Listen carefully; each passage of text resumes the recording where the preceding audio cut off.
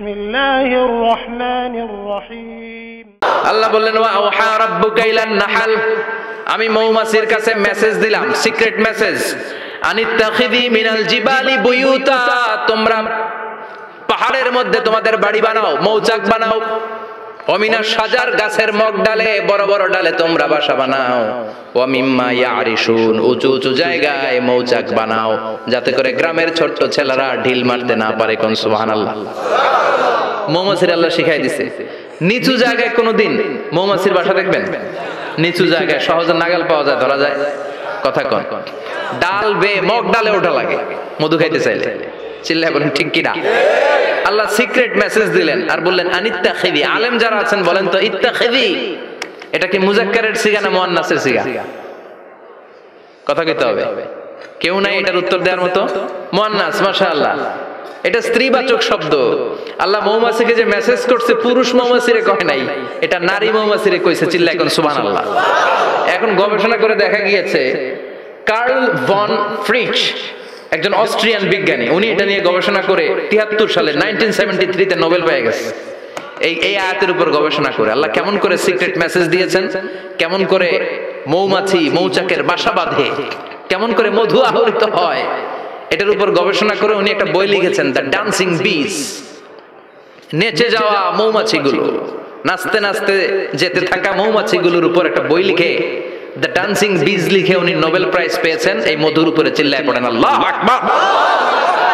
এখন কোরআনের আয়াত থেকে বোঝা গেল আনিত্তাখিযি মিনাল জিবালি বুয়ুতা, আল্লাহ নারী মৌমাছিকে বলেছেন মৌচাক বানাও, তোমাদের মধু রাখার জন্য বাসা বানাও। কার্ল ভন ফ্রিচ গবেষণা করে পেয়েছে মৌচাকের বাসা বানানো হয়, মধু আহরণ করা হয়, যেই মৌমাছিটা নেতৃত্ব দেয় এটা পুরুষ মৌমাছি নয়, এটা হলো মহিলা মৌমাছি। কোন সুবহানাল্লাহ।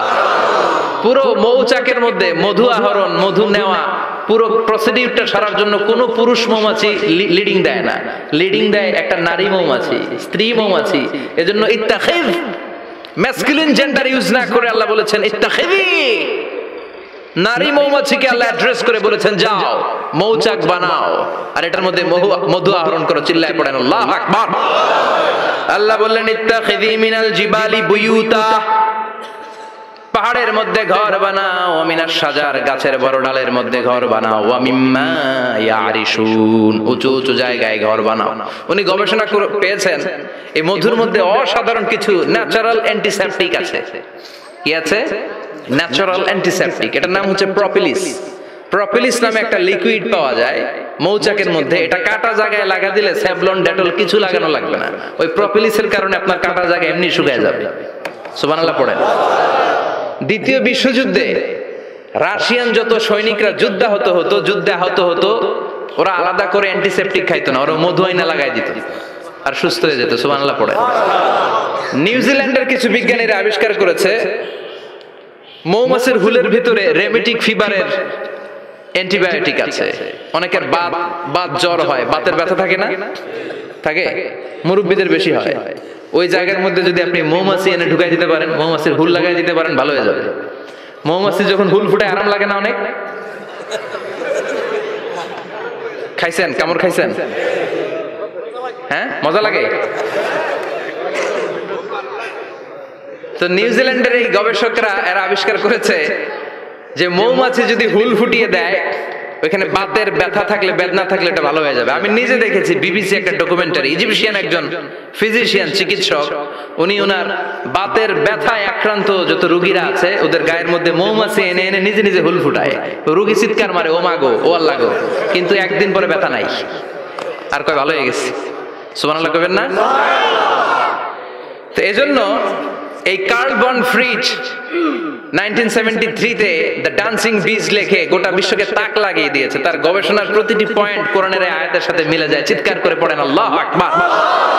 এই যে আমরা মধু খাই, এই মৌচাকের ভেতরে অন এন অ্যাভারেজ অ্যারাউন্ড 60,000 মৌমাছি থাকে। তিন ভাগে, একটা হচ্ছে কুইন বি, একটা মেল বি, আর একটা হচ্ছে ওয়ার্কার বি। একটা থাকে রানী মৌমাছি, এর নেতৃত্বে সবাই চলে। আর একটা থাকে মেল বি, পুরুষ মৌমাছি, বংশ বাড়ানোর জন্য এদের কাজে লাগে। আর সব হচ্ছে ওয়ার্কার বি, সবাই কাজ করে। আল্লাহ বললেন সুম্মা কুলি মিন কুল্লি সামারাত ফাসলুকি সুবুলা রাব্বিকি যুলুলা, আল্লাহ সিক্রেট মেসেজ দিয়ে বললেন গাছের উপরে বাসাবাদ, পাহাড়ের উপরে মৌচাকের বাসাবাদ, উঁচু উঁচু জায়গায় তোমরা তোমাদের বাসা বাঁধো। সুম্মা কুলি মিন কুল্লি সামারাত, এরপর এলাকার যত মিষ্টি মিষ্টি ফুল আছে ফল আছে ওখান থেকে রস নিয়ে আসো। সুবহানাল্লাহ। পুষ্প রস সংগ্রহ করে মধুগুলো, এটার বলে sweet nectar. They collect the sweet nectar from the flowers. এবং মধুর মধ্যে এত চমৎকার জিনিস থাকার কারণ হচ্ছে মৌমাছিগুলো ওই এলাকার সব ধরনের ফুল, ভালো ভালো সুগন্ধযুক্ত ফুল ফল থেকে রস নিয়ে আসে। তো ওই গাছগুলোর মধ্যে বনাজি গাছ আছে না নাই? ঔষধি গাছ আছে না নাই? এজন্য মধুরে বলা হয় সব রোগের ঔষধ। যত বনাজি ঔষধি গাছের নির্যাস আর পুষ্প রস আছে সব আল্লাহ মধুর ভিতরে ঢুকায়া মধুকে আল্লাহ ন্যাচারাল ভ্যাকসিন বানিয়ে দিয়েছেন। চিল্লায়ে পড়েন আল্লাহু আকবার। আল্লাহ বললেন সুম্মা কুলি মিন কুল্লি সামারাত, সব ফল আর ফুল থেকে নেকটার পুষ্পরস নিয়ে আসো। ফাসলুকি সুবুলা রাব্বিকি যুলুলা, যেমন যেমন গিয়েছিলা পথ চিনায় আবার ফিরে আসো। ইয়াখরুজু মিন বুতুনিহা শারাব, এরপর তাদের পেট থেকে বের হয় শারাব। মুখতালিফুন আলওয়ানু, এক একটা মধুর কালার হয়ে যায় এক এক রকম। কোন সুবহানাল্লাহ। সরষে ফুলের মধু একটু সাদা সাদা হয় না? আমি হচ্ছে মধু খাওয়ার পোক। আমি দেশে বিদেশে যেখানে গিয়েছি ফ্রেশ হানি আমি অনেক খুঁজেছি। ইয়ামানি একটা মধু পাওয়া যায়, ইয়ামানের সাওয়াহিলি এলাকায়, পাহাড়ি এলাকায়, একেবারে কুচকুচে কালো। আবার অনেক মধু আছে কিছুটা খয়েরি এবং হলুদ বর্ণের, কিন্তু সরষে ফুলের যে মধুটা এটা অনেকটা সাদা। এই পুষ্পরস নিয়ে মৌমাছিগুলো মৌচাকের মধ্যে ঢেলে দেয় না, এগুলো খেয়ে ফেলে। প্রত্যেকটা মৌমাছির পেটের ভেতরে আল্লাহ দুইটা করে স্টোমাক দিয়েছে, পাকস্থলী। সুবহানাল্লাহ পড়ে। এটাই কার্ল ভন ফ্রিচ দ্য ডান্সিং বিজ বইয়ের মধ্যে লিখেছে গবেষণায়, যে দুইটা পাকস্থলী। একটা পাকস্থলী দিয়ে মৌমাছি খায়, নিজে খেয়ে বাঁচে, আর একটা পাকস্থলী দিয়ে এই ফ্লাওয়ার নেক্টার পুষ্প রস সংগ্রহ করে ওই পাকস্থলীতে রাখে। ওই পাকস্থলীর ভেতরে আল্লাহ একটা ন্যাচারাল এনজাইম দিয়েছেন, ওই এনজাইমের সাথে ওই পুষ্প রসটা মিক্সড হয়। তারপরে আরেকটা টিউব আছে, ওই টিউব দিয়ে মৌমাছি যে সেই বাসার মধ্যে মৌমাছি যে সেখানে সাপ্লাই করে দিয়ে আসে, মধু ঢুকিয়ে দিয়ে আসে। চিল্লায় পড়েন সুবহানাল্লাহ। তার মানে বিষয়টা এমন না ফুলের রস নিয়ে মৌচাকে দিয়ে আসলো, ফুলের রস সে নেয়, তার স্পেশাল একটা স্টোমাকের মধ্যে ঢুকায়, সেখানে এনজাইম দিয়ে পাচক রস দিয়ে আল্লাহ এটাকে সমৃদ্ধ করে দেয়। তারপর আলাদা একটা নল দিয়ে টিউব দিয়ে মৌচাকের ভেতরে ঢুকিয়ে দেয়। কোন সুবহানাল্লাহ। কি অসাধারণ পদ্ধতিতে আল্লাহ মধু বানালেন। আর কি সুন্দর মধু হাতের মধ্যে লয়া জিব্বা দিয়া চাটে আর গান গায়, মধু হই হই বিশা বাইলা। আছে না নাই? আল্লাহ শুকরিয়া নাই? মধু খায় আর গান গায়, মধু হই হই বিশা বাইলা, অনহারনে ভালোবাসার দাম নদিলা। আছে না নাই? ডাকাইত। এই মধু খেয়ে শুকরিয়া করতে হবে কার? বসো, চিৎকার করে বলেন শুকরিয়া করতে হবে কার? আল্লাহ বললেন ইয়াখরুজু মিন বুতুনিহা, এটা মধু সরাসরি চলে আসে না, ওর পেট থেকে বের হয়। মুখতালিফুন আলওয়ানুহু, বিভিন্ন রঙের মধু আছে না নাই? ব্ল্যাক কালারের মধু হয়, হোয়াইট হানি হয়, অর্গানিক হানি হয়, ক্রিমড হানি হয়। কত ধরনের মধু যে আল্লাহ পৃথিবীতে রেখেছে তার ইয়ত্তা নাই। এরপর আল্লাহ বললেন ফিহি শিফাউন লিন্নাস, মধুর ভিতরে শিফা দিয়েছে কে? আল্লাহ। এজন্য বিশ্বনবীর খাদ্য তালিকার মধ্যে মধু আছে না নাই?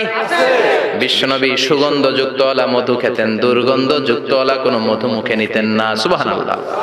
বিশ্বনবীর জামানায় মাগাফির নামে একটা মধু ছিল, দুর্গন্ধযুক্ত, এটা কখনো বিশ্বনবী মুখে নিতে চাইতেন না। সুগন্ধযুক্ত মধু সবসময় বিশ্বনবী খেতেন। বিশ্বনবীর স্ত্রীরা এই সুগন্ধিযুক্ত মধু বোতলের মধ্যে প্রিজার্ভ করে রাখতেন বিশ্বনবীকে দেওয়ার জন্য। কোরআনে দুইটা জিনিসের ক্ষেত্রে আল্লাহ শিফা যোগ করেছেন, যে দুইটা জিনিসের সাথে সম্পৃক্ত হলে শিফা। এক হচ্ছে কোরআন পড়লে শিফা, ওয়ানুনাজ্জিলু মিনাল কোরআনি মা হুয়া শিফা। আবার কোরআনে এই আয়াতের ক্ষেত্রে বলা হয়েছে শিফা ফিহি শিফাউন লিন্নাস। এজন্য সাইয়েদনা ইবনে মাসউদ এই উম্মাহকে উদ্দেশ্য করে বলেছেন আলাইকুম বিশিফাইন, তোমাদের উচিত দুইটা জিনিস থেকে শিফা নেয়া। এক হলো কোরআন, দুই হলো আসাল মানে মধু। কোন সুবহানাল্লাহ। কোরআন তেলাওয়াত করলে অসুস্থরে সুস্থ করে দেয় কে? সূরা ফাতিহা তেলাওয়াত করলে অসুস্থকে সুস্থ বানিয়ে দেয় কে? আবার মধু খেলে সুস্থ বানিয়ে দেয় কে? মধু খেয়ে প্রশংসা করবেন কার? নাকি মধু হই হই বিষাবাইলা বলবেন এগুলা কখনো? খাঁটি মধু খেতে হবে। খাঁটি মধু চিনার উপায় হচ্ছে এটাতে পিঁপড়া জমে না, এটা ফ্রিজে রাখলে জমাট বাঁধে না, এটাতে দুর্গন্ধ হয় না। এক গ্লাস পানির মধ্যে এক ড্রপ মধু ছেলে দিলে এটা পানির সাথে না মিশে একেবারে নিচে চলে যায়। খাঁটি মধু খেতে হবে, তাহলে ফিহি শিফাউন লিন্নাস। কত কিছু দিয়ে যে আল্লাহ এটাকে সমৃদ্ধ করেছেন। এটার মধ্যে গ্লুকোজ আছে, এটার মধ্যে সুক্রোজ আছে, ফ্রুকটোজ আছে, প্রোটিন আছে, মিনারেলস আছে, ক্যালসিয়াম আছে, ভিটামিন আছে। খাইলে শরীর গরম হয়ে যায়। সুবহানাল্লাহ। এজন্য শীতকালে বেশি বেশি খাবেন, জাম্পার লাগবে না। শীতকালে মধু খেয়ে রাত্রেবেলায় বের হবেন, আর মাফলার পেঁচিয়ে বেরোয়া লাগবে না। সুবহানাল্লাহ পড়েন। যাদের হৃদয়ে আছে আল্লাহর ভয়, তারা কভু পথ ভুলে যায় না। আল্লাহর প্রেম ছাড়া এই দুনিয়ায় কারো কাছে কোনো কিছু চায় না। রাতের আধারে